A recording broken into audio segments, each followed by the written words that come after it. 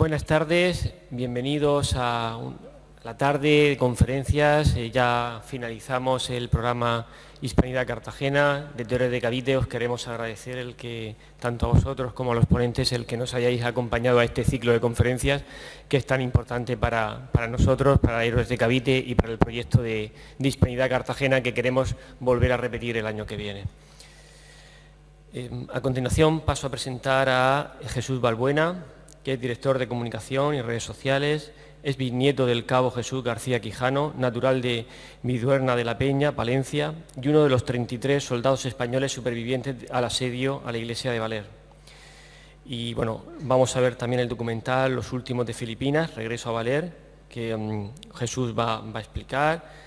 Y bueno, también comentar que bueno, Jesús tiene un libro que lo va a anunciar hoy, pero bueno, saldrá más adelante a la venta, que se llama Más se perdió en Filipinas, un nombre muy apropiado. Muchísimas gracias, Jesús, cuando quieras.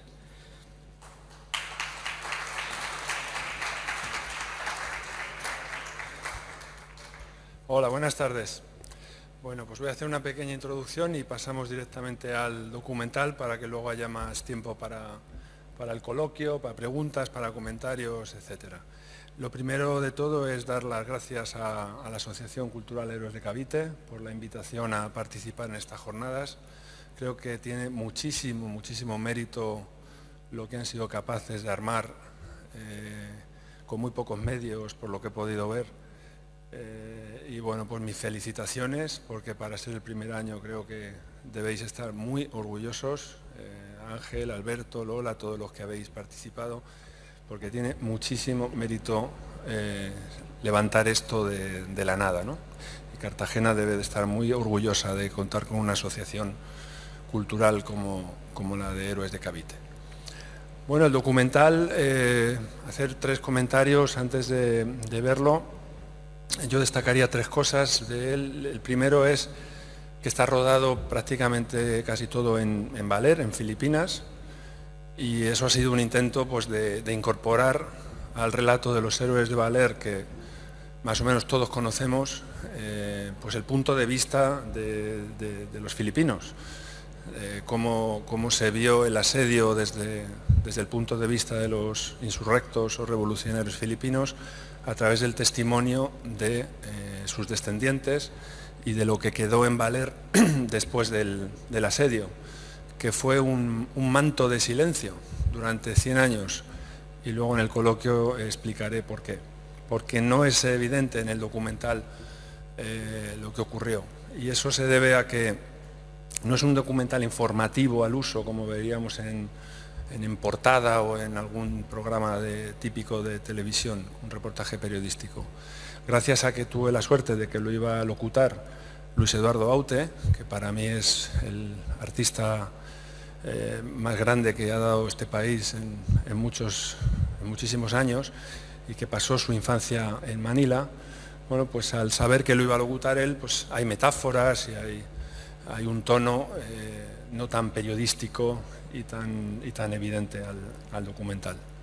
Entonces destacaría pues, el punto de vista de los filipinos y de lo que ocurrió en Valer. Creo que eso es bastante novedoso. Destacaría, por supuesto, la locución de Luis Eduardo y una versión suya del Yo te diré. El día que estábamos locutándolo le pedí, Luis Eduardo, ¿por qué no haces una versión tuya del Yo te diré? Y cogió la guitarra y mirando la partitura se puso a cantar y está incorporado ahí. Decía él que solamente tenía oído, yo soy puro oído, decía, y escribió 400 canciones. Y lo tercero que destacaría del documental es, bueno, pues que no es la narración de un episodio de guerra como el que ocurrió entre junio de 1898 y junio de 1899, que fue un episodio de guerra terrible y descarnada entre españoles y filipinos, sino que cuenta un poco cómo ese episodio de guerra ha servido para que muchos años después Filipinas haya declarado un día oficial de amistad con España, y cómo se ha dado la vuelta a un episodio bélico para convertirlo en un relato sin vencedores ni vencidos, que demuestra el fondo de convivencia que tenemos con la perla de Oriente, que son 5 siglos de historia. Y nada más, espero que lo disfruten y cualquier duda o pregunta que puedan tener la planteen después al terminar. Como ha dicho Alberto, dura 46 minutos, así que les veo entonces.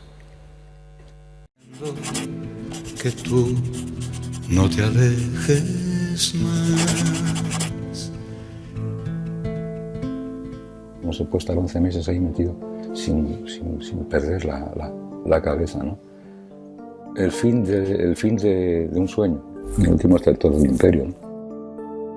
Bueno, pues Adrián, te quería contar un poco la historia del abuelo Jesús García Quijano, que aquí fue donde nació, vivió y luego murió después de venir de la guerra. Que la condición humana pueda aguantar días, semanas, meses, el año, encerrado aquí y sin tener noticias de fuera, ¿no? This is historic.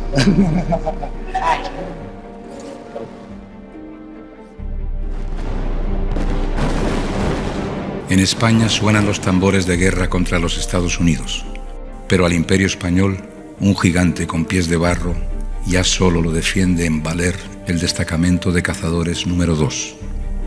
Son jóvenes del campo. No tienen las 2.000 pesetas necesarias para poder librarse del servicio militar en ultramar. 50 soldados, 3 oficiales, un médico y un sanitario. 55 hombres inseguros en territorio muy hostil. Al oeste, la selva tropical de la Sierra Madre, impenetrable. Al este, el Océano Pacífico, inmenso. Al norte, el recuerdo del último destacamento, degollado a machete en un ataque por sorpresa de los insurrectos. Los catipuneros, ellos y los castilas, es decir, los españoles, todos saben que Valer es una ratonera. Una ratonera justo en las antípodas del mundo, visto desde Madrid.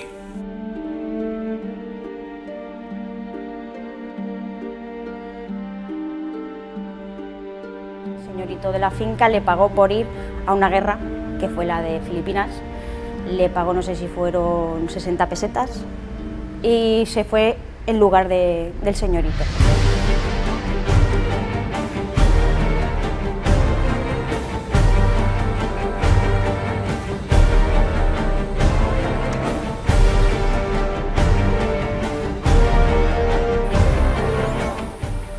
At pagkatapos noon, pag gustong mag-asawa ang mga kalalakihan o mga binata at makaisip silang mag-asawa, ay maghahanap sila ng mga pupugutan bago makapangasawa. Yan ang unang kaugalihan ng mga tribong Igungot. Hindi pwedeng makapangasawa ang isang lalaki ng isang dalaga kung hindi siya makapugot nung unang panahon.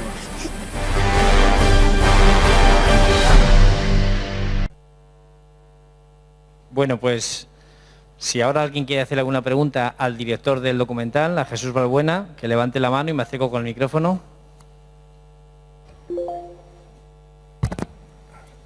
Hola, buenas tardes. Creo que hay dos películas sobre los últimos de Filipinas. Una del 45 y otra de 2016, creo. ¿Cuál de ellas tiene mayor rigor histórico? Ninguna. Bueno, las dos películas son producto de su época, ¿no? Y responden a un momento en el que daban respuesta a una serie de cuestiones que estaban ocurriendo en ese momento, ¿no? La del 45, que es una de mis películas favoritas, la he visto 1000 veces. Obviamente España en aquel momento pues necesitaba agarrarse, estaba aislada en el contexto internacional, necesitaba agarrarse a un pasado mejor, era la campaña del cincuentenario, el asedio de Valer era una historia que encajaba perfectamente con lo que el régimen quería transmitir en ese momento. De hecho, contó con la colaboración del propio Franco, que había colaborado con el guionista en el guión de Raza, fue declarada documento de interés nacional antes de su estreno, debutaron en ella lo mejor de lo que luego fue pues, enormes carreras en el cine español, Tony Leblanc, Fernando Rey, etc. Y bueno, fue un hit la canción del Yo te diré, interpretada por Nani Fernández. En fin, calificar la película del 45 de mala película sería una torpeza, ¿no? Quien pueda decirlo. Y sin embargo han quedado grabadas en el imaginario colectivo pues escenas que no ocurrieron en la realidad. No había una tagala cantando una canción a su amado que estaba dentro de la iglesia, ¿no? Los filipinos no hicieron un pasillo cuando los nuestros salieron de la iglesia, ¿no? Pero bueno, es una película de ficción. El guionista Enrique Llobet así lo reconoció, y sin embargo me pareció un peliculón pues que sigue vigente, ¿no? y que hoy debería de verse en los colegios casi, ¿no? La del 2008, hay una versión también filipina del 2008, pues que distorsiona la historia en el sentido contrario, que es una muchacha tagala que se enamora de un soldado español mestizo y está embarazada y es uno de los dos fusilados, y bueno, pues hace una caricatura de la crueldad de los soldados españoles, etcétera, ¿no? Y ganó pues todos los premios de la Academia Filipina, habidos y por haber, ¿no? Con 1000 extras. Se titula Valer y está disponible en internet. Y la del 2016, de Salvador Calvo, con un elenco extraordinario, Luis Tosar, etcétera. Bueno, pues creo que tiene una fotografía preciosa, rodada en Canarias y en Guinea. Creo que tiene un elenco extraordinario y un presupuesto de 6 millones de euros y un vestuario que ganó un premio Goya, y sin embargo un guión pues que no aporta absolutamente nada a lo que ocurrió, ¿no? Con unas licencias de un cura que fuma opio, un desertor que se le corta, un artista que se le corta la mano, un desertor que dice barbaridades y que no respeta lo que ocurrió, y sin embargo lo grave no es eso, porque el cine debe de ser libre por parte de su creador, pero que no se diga que está basada en hechos reales, ¿no? O sea, bajo el título de basado en hechos reales, pues caben muchas cosas, y eso me parece que es no ser honesto con el espectador, ¿no?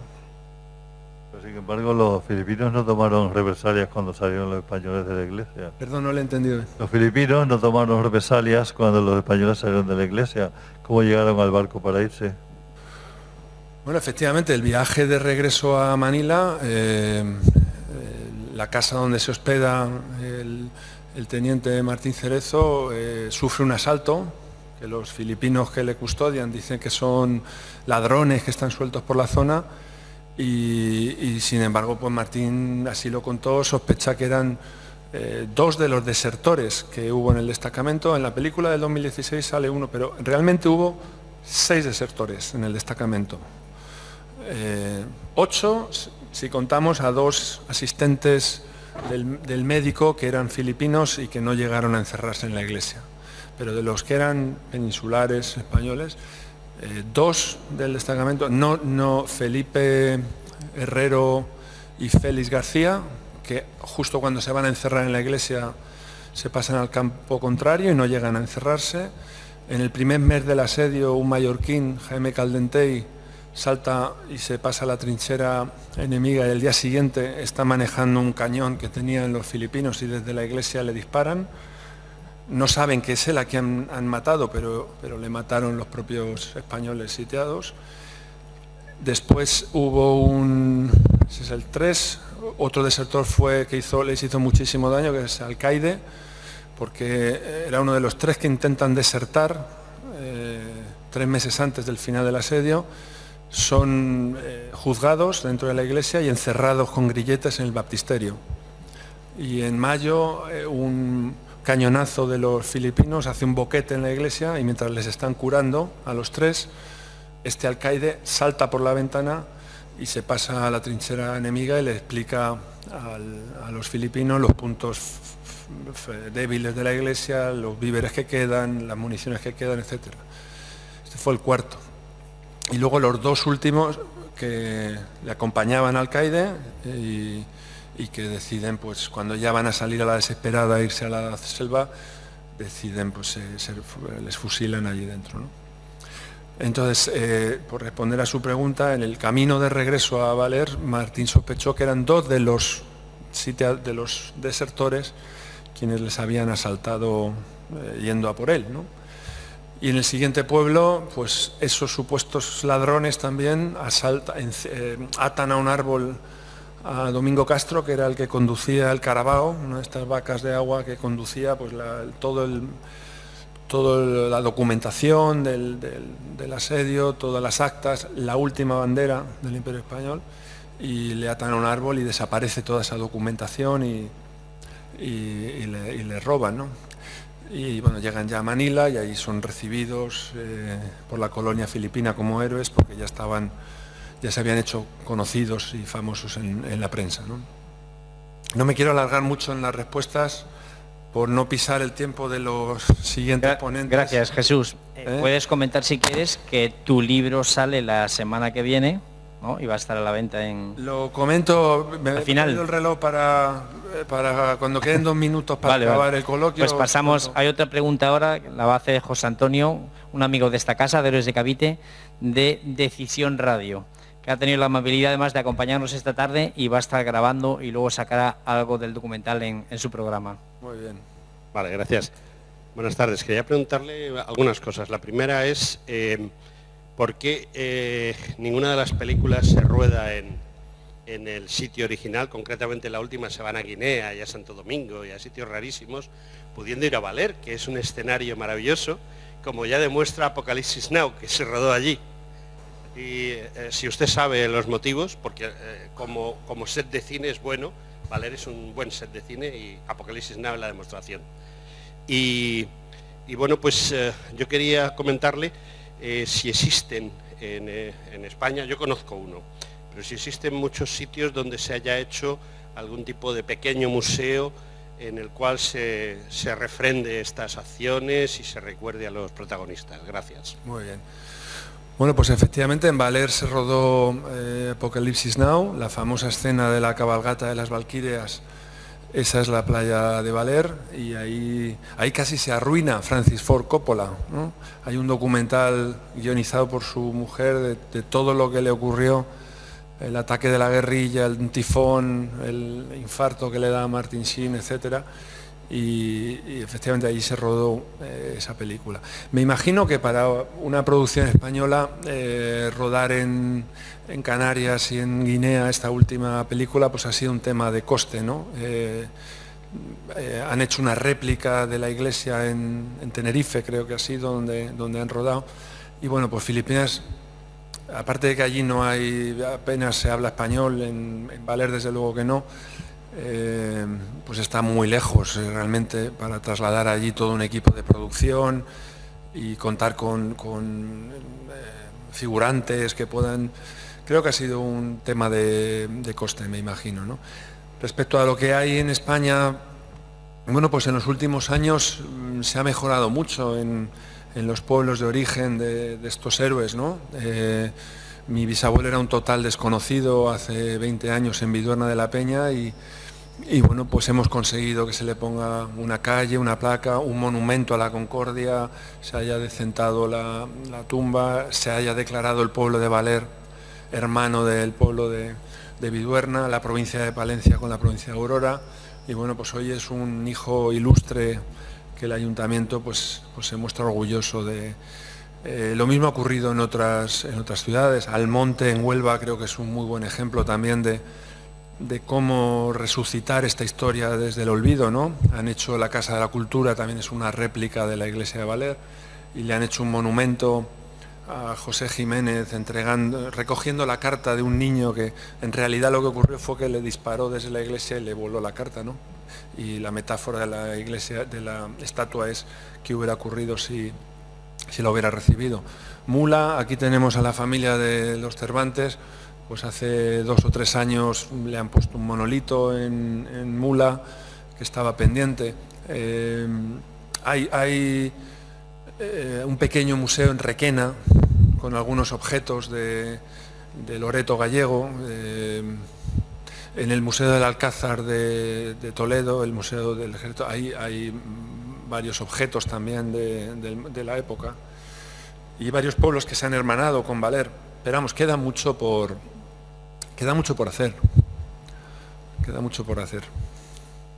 A finales de 1897, los españoles se habían refugiado en la iglesia hasta que llegaran refuerzos de Manila. Algunos vecinos de Valer les ayudaron a sobrevivir, por ejemplo, el maestro Lucio Quezón, el padre de quien se convertiría décadas después en primer presidente de la Mancomunidad de Filipinas, Manuel Quezón. Lucio, acusado de colaboracionista, fue ajusticiado por los insurrectos del temido Katipunan. Lucio Quezon was the one providing food. So, if they will be able to kill Lucio, who is the one providing food, what will happen to the remaining Spaniards here? No more. They will be having a hard time. Solo tienen un refugio a los sonidos de la noche en plena selva. Es la única construcción sólida en muchos kilómetros a la redonda. La iglesia, construida a prueba de tifones. Tuvieron varios días para hacerse con todo el acopio posible de víveres y municiones. Pero nadie imaginaba que podrían estar encerrados durante 11 meses. En julio negocian en varias tentativas. Alardean con el enemigo mientras construyen un pozo, un horno. Terraplenan todos los huecos. Alternan sueño y vigilancia. Cavan trincheras. Sudan a chorros por la humedad tropical. Y susurran ante el altar: Señor, morir habemos, ya lo sabemos.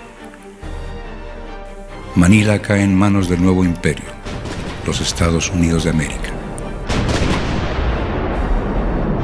En la iglesia llueven cañonazos y las noticias, en boca de tagalos, deben ser burdas fabricaciones.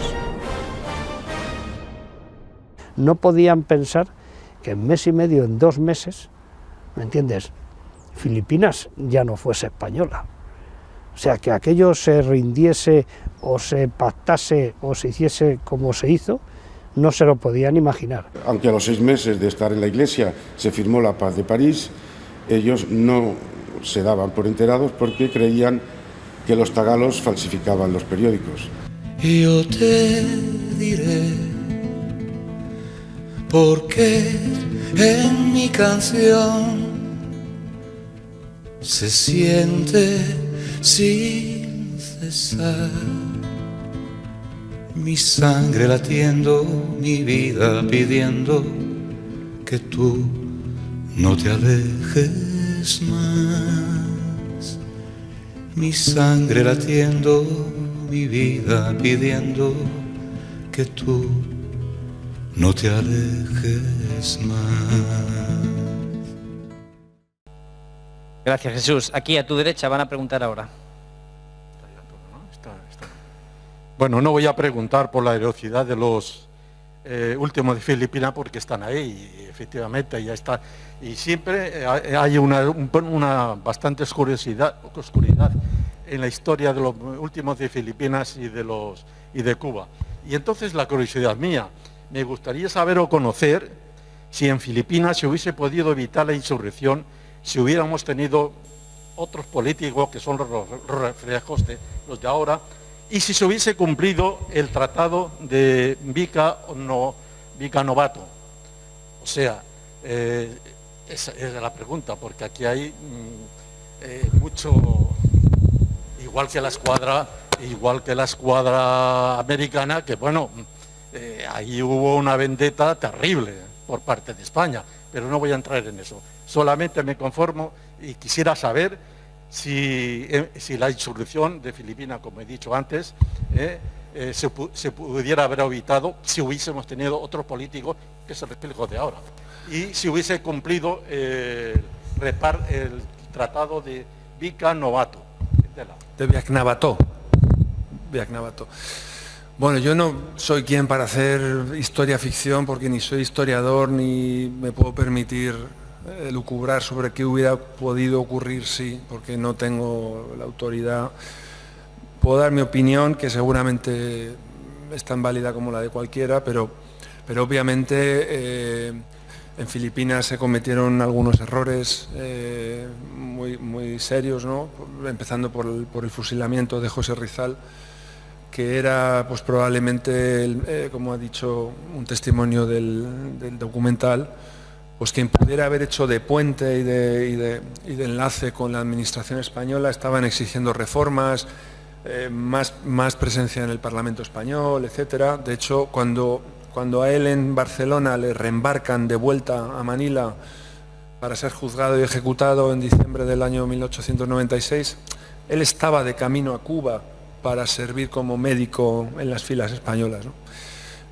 Bueno, también creo que hubo un interés clarísimo por Estados Unidos por apoyar la insurrección en todo lo posible, tanto en Cuba como en Filipinas, lógicamente en interés propio, aunque eso lo comprendieron los filipinos y los cubanos cuando ya se habían deshecho del yugo español, ¿no? Pues se encontraron con que sus libertadores norteamericanos pues efectivamente no habían ido allí a ayudarles, sino a suplantar al poder colonial español, ¿no? Y bueno, pues también el régimen de la Restauración en aquel momento entró en una crisis muy profunda. Se asesinó a Antonio Cánova del Castillo en agosto del año 1897, que era el padre de la Restauración. Hay un cambio de gobierno. En fin, es una España tremendamente rota en lo económico, en lo social, en lo político, y probablemente no podía permitirse ya dos guerras, una en Cuba, otra en Filipinas, y mucho menos contra un enemigo tan poderoso ya en aquel momento como era Estados Unidos, ¿no? Gracias, Jesús. Otra pregunta aquí. Sí, aquí también usted tenía... Buenas tardes, muchas gracias. Estoy súper encantada de estar aquí. No me sale una lágrima, pero porque la voy conteniendo.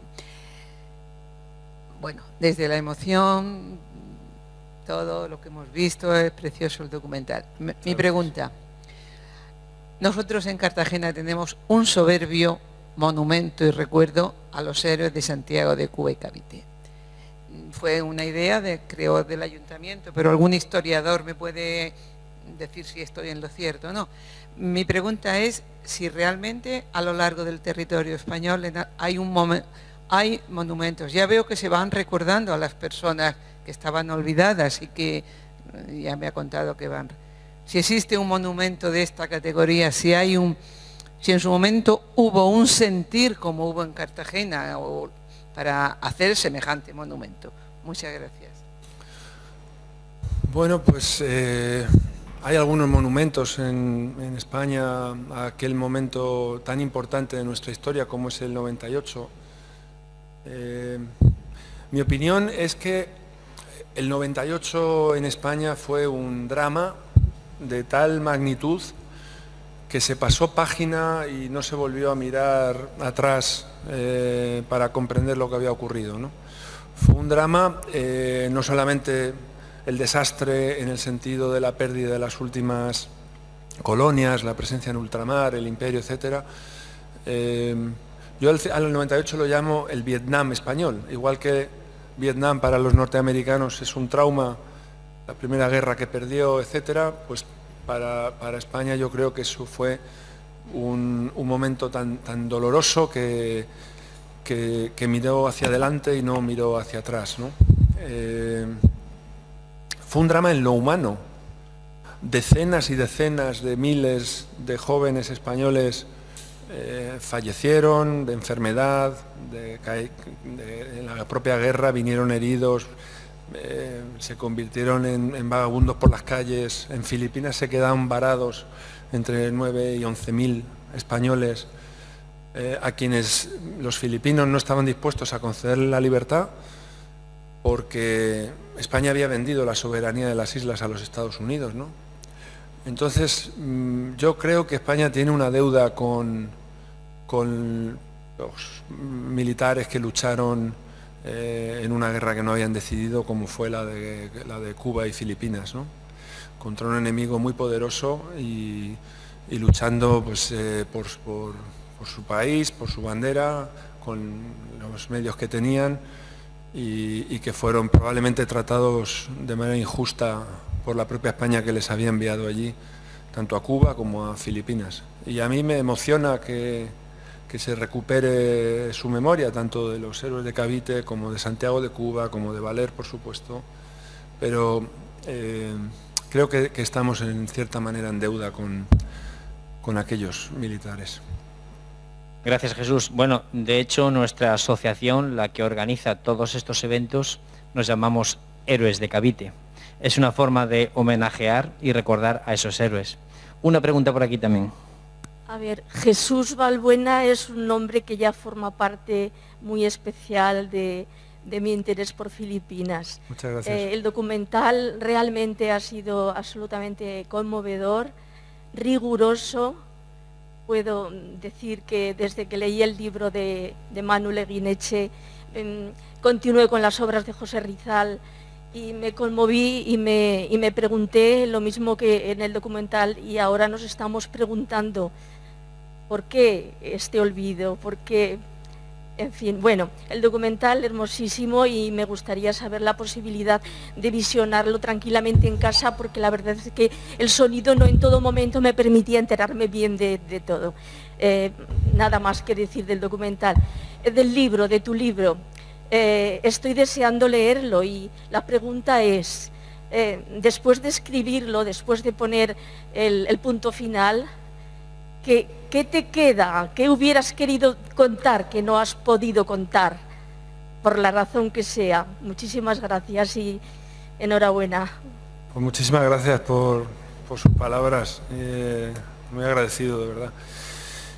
Bueno, el documental yo ahora le dejo mi tarjeta y le mando un correo electrónico. Está disponible en vimeo.com. Se puede alquilar y ver en internet y también en el blog valeria.com con B. Y con muchísimo gusto le mandaré el enlace para que lo pueda ver tranquilamente en cualquier dispositivo, Smart TV o iPad o cualquiera, ¿no? Está disponible también en inglés, hice la versión inglesa, pero con muchísimo gusto luego se lo mandaré.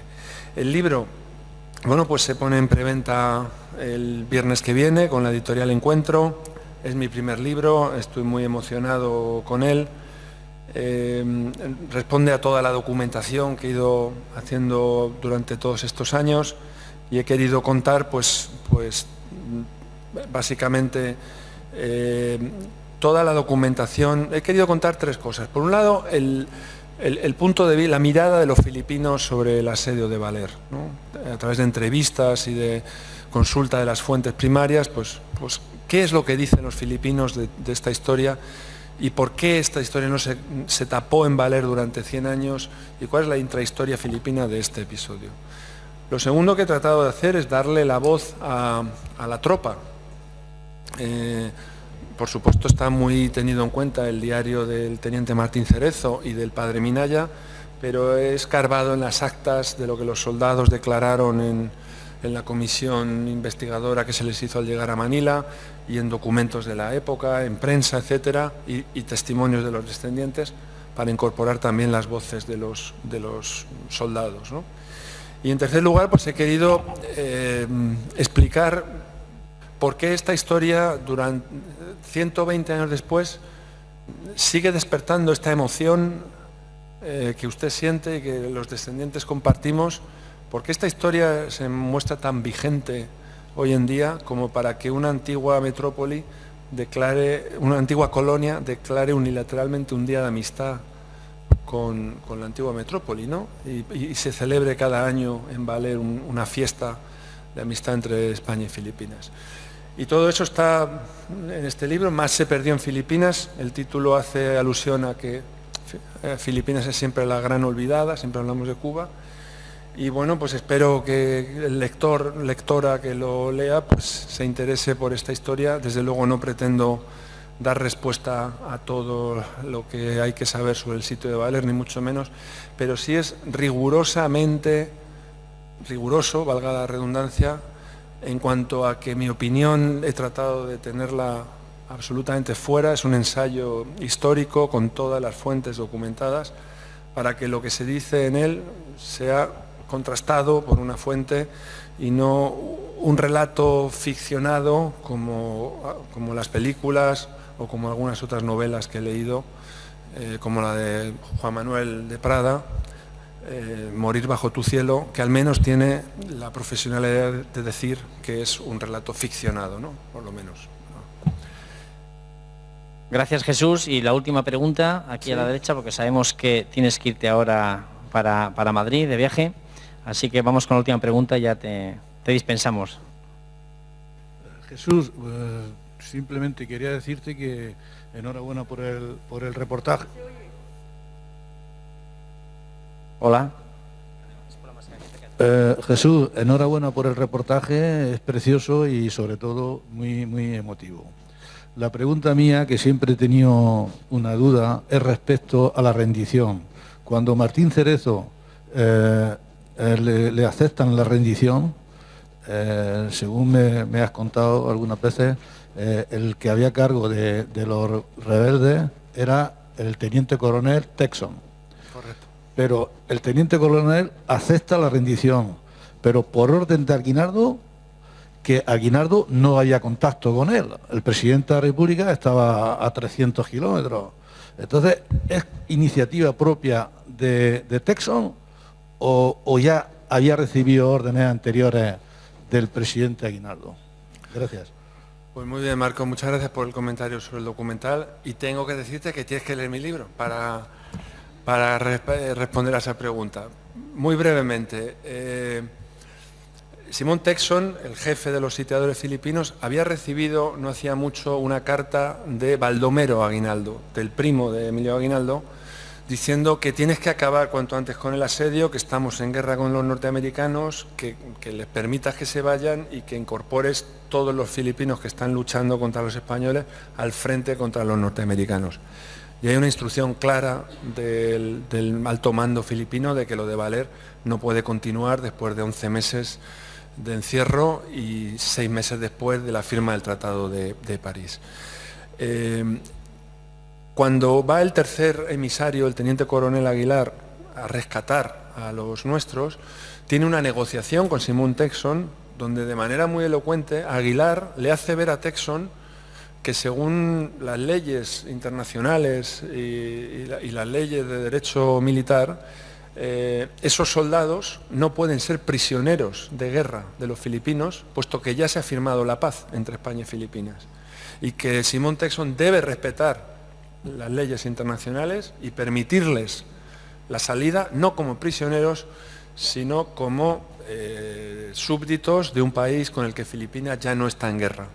Simón Texon acepta eso, y no así con los dos frailes, que dice que esos son sus prisioneros porque ya lo eran cuando les manda a la Iglesia, y en mi opinión es el teniente coronel Aguilar el que le da los argumentos a Texon por el que hace ver que debe respetar la legalidad no teniéndoles como prisioneros. Y un matiz, Martín Cerezo y los nuestros no se rinden, capitulan, que es distinto. Acceden a salir con condiciones, y de hecho Martín Cerezo les dice: si se han de portar con nosotros de mala manera, díganmelo, porque pelearemos hasta morir y moriremos matando. Y pone una serie de condiciones que a Texon le dice: siempre que no sean denigrantes para los filipinos las aceptaré, y las acepta, firman el acta, y por la tarde los soldados son libres para salir por el pueblo y los filipinos para entrar y coger los Mausers, ¿no? Bueno, pues siento mucho por los siguientes ponentes si me he pasado algunos minutos. Por mi parte estaría aquí toda la tarde hablando del sitio de Baler. Muchas gracias de nuevo por la oportunidad de participar en estas jornadas.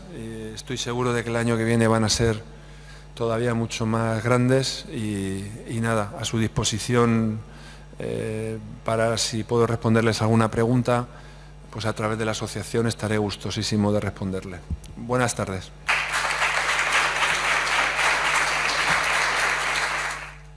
siege of Baler was quite symbolic because the battle in Baler resulted to no loser, no winner.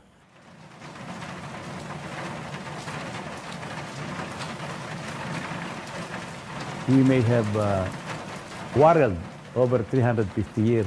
Internally, we have the revolution, revolt, now and then. But at the end of all this struggle, at the end, when they fought in Baler, they parted as friends. It showed to me the generosity and magnanimity of the Filipinos. And it also shows the gallantry of the Spanish arms, of the Spanish soldiers. So it displays the best traits of both races, of both nations.